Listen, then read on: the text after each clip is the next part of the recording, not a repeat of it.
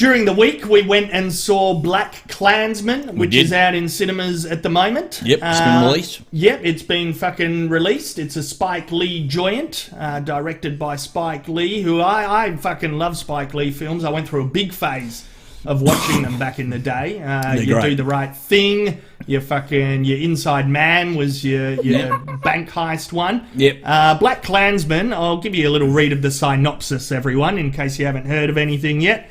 What have we got? Ron Stallworth, an African-American police officer from Colorado, successfully manages to infiltrate the local Ku Klux Klan with the help of a white surrogate who eventually becomes head of the local branch. That's essentially the main story.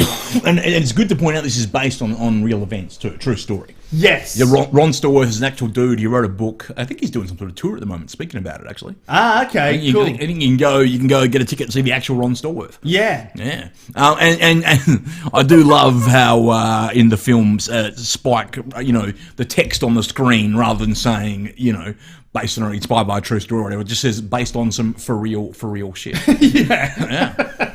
Yeah. What did you think? What did you think of it? Your first overall impressions after you came out of the cinema, Mozza? Yeah. And this does have spoilers. We're spoiler bastards. We are. It's always worth mentioning. Okay. Because we don't like to hold back. We want to dissect it fully. Yeah, I hope I'm not going to spoil too.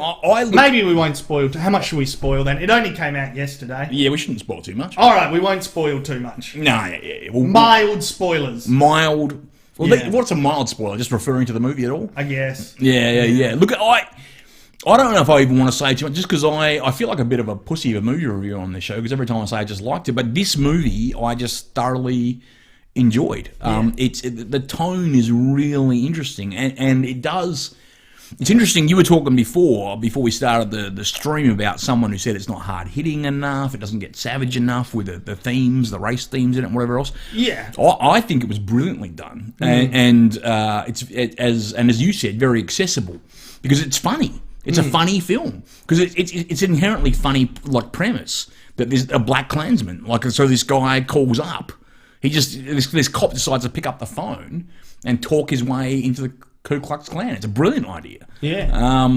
And it's kind of just ridiculous enough that they're able to kind of pitch it in a way that's kind of funny, but still kind of a little bit socially terrifying. Right, and I think Spike Lee does that really well. Like, he still tries to work within genre. I mean, he comes from that indie era of kind of late 80s, early 90s American filmmaking with your Kevin Smiths and your Quentin Tarantinos, and he kind of comes up alongside those dudes as being an auteur. Yep. Because there was the whole French New Wave influence on American film. So, I mean, there's not many directors who get to really just have a crack at their vision and kind of get away with it and see it through from script to the ending and how they want it to be. And sometimes it can hold back a film. Like, there's a lot of directing by committee these days in cinema. But there's a few who are still doing the auteur thing, and the director's vision is king.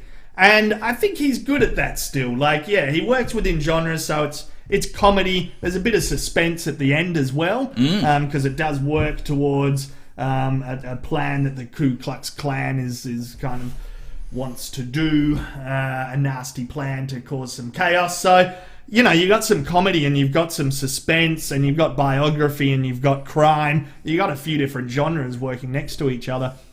So yeah, I was reading a few other reviews to get an idea of what other people were thinking in these first couple of days as it's come out.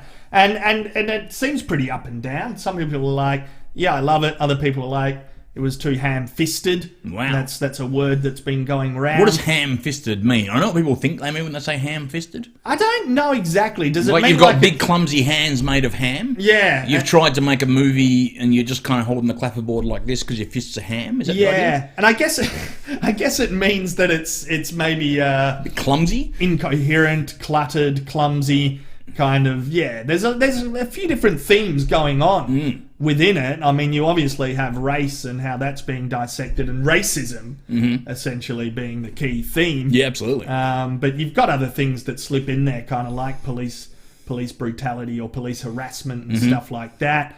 And you've also got a allegory or resemblance to what the past was like with racism and what it's like in modern times. Yeah, that's right. Kind of making that link between the two and how much has changed or not changed. Right. Yeah. So there's a lot going on, and maybe it can feel like it's non-committal, it's non-committed to maybe hitting the nail on the head. But at the same time, yeah, you want it to be accessible so people aren't like, well, I don't need to go see this fucking movie. I'm not fucking racist. Why the fuck am I going to watch it? Yeah. It's just going to preach at me about something that I'm already... It's not preachy. Right, exactly. It's not preachy. And it's the sort of thing where I would feel comfortable taking, my parents to, who like... And I think it's quite it's funny, it's sympathetic, it's... Sometimes it is sympathetic. Yeah. That's a good word, because you follow the Black Student Union, you follow Ku Klux Klan, you follow the Jewish detective as well, who kind of plays... He's like the surrogate of Ron Stallworth, I suppose. You got the black man on the phone, and then you got the white cop who has to go out. So, there's a lot going on there, and it is sympathetic to each character. Even the Ku Klux Klan's characters, they're kind of like caricatures, and they're funny to watch. But they're very human. Right. And I like that. I like that, because you watch a film like, I don't know, Mississippi Burning, and the white supremacists in that are just fucking villains. They're just evil cunts. Now, I'm not for a second suggesting racism and especially violent racism is not an evil thing, but it's, sometimes... When you portray anyone on screen like Nazis or Stalinist communists or terrorists, there's a temptation to make them just kind of these two-dimensional people just made of hate and bile. But these people, they have families, they have lives, they have other things going on besides, they do shit that on some level that is evil and, and kind of perverse. But on the other hand, they're people. And I thought...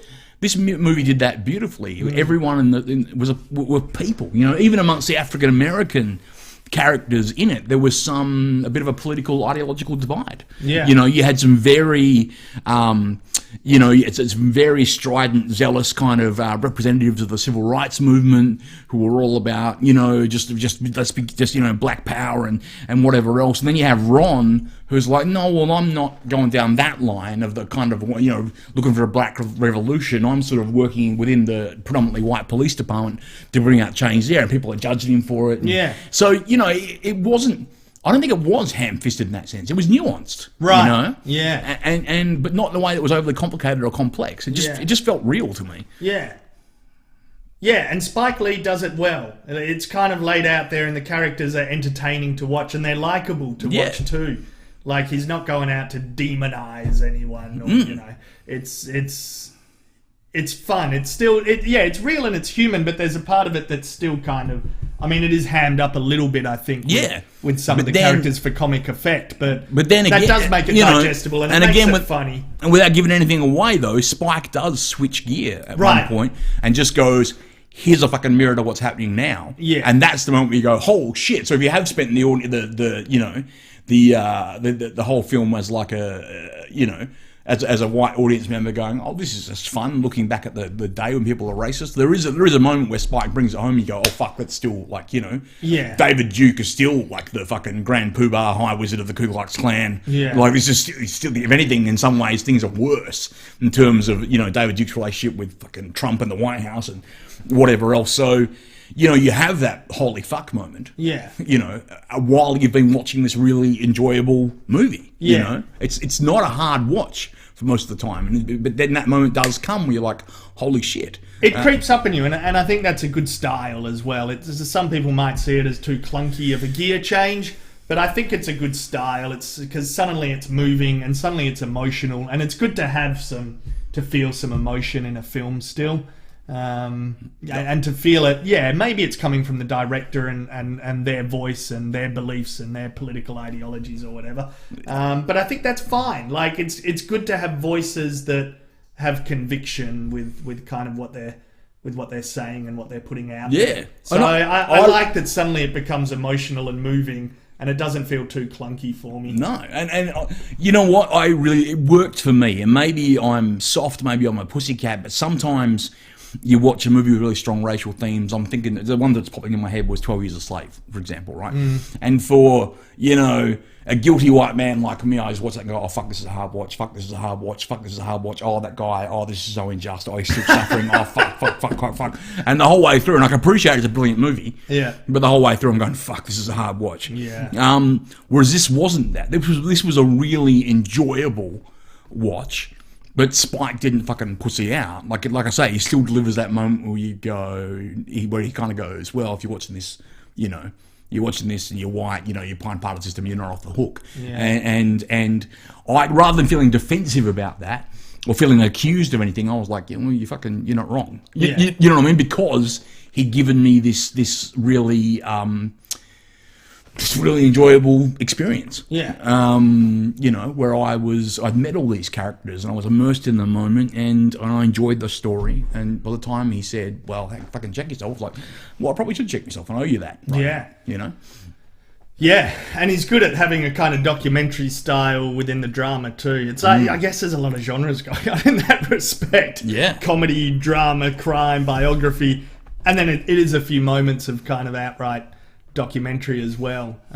2 or 3 scenes where it kind of slips into documentary mode, which he's good at because he's done When the Levees Broke, the Hurricane Katrina doco, which was like 3 hours, 4 hours, and that was his outright realism kind of piece as well. Yep. So he's good at the documentary style too. So yeah, I really like it. I mean, I already like his films anyway, I suppose. So yeah, in a way he's fucking preaching to the converted, but it's a good watch. Yeah. It's a good watch. For me, it's fucking 4 out of 5 tinnies, I reckon, on the bloody tinny rating system. Yep. We haven't done this for a while, have we? Yep. The bloody tinny rating system. I'll give it 4 out of 5 tinnies and a bloody box of pizza shapes. Wow. Yep. Pretty good. Yep. Look, I'm gonna go 4 out of 5 tinnies and a pizza. Oh, you're going to go the actual pizza? The actual fucking pizza. Delivered well, or has all the topping fallen off because the box has been turned? Shit. No. Like a proper pizza. That's one of those pizzas that serves you on the big fucking wooden paddle, straight out of the wood firing oven. Nice. One of those. Nice. That's good. With all the good shit on it. Yep. Yeah. All right. Yeah. Nice. With prosciutto on it. Yep. Yeah. Fancy. All right. Yeah.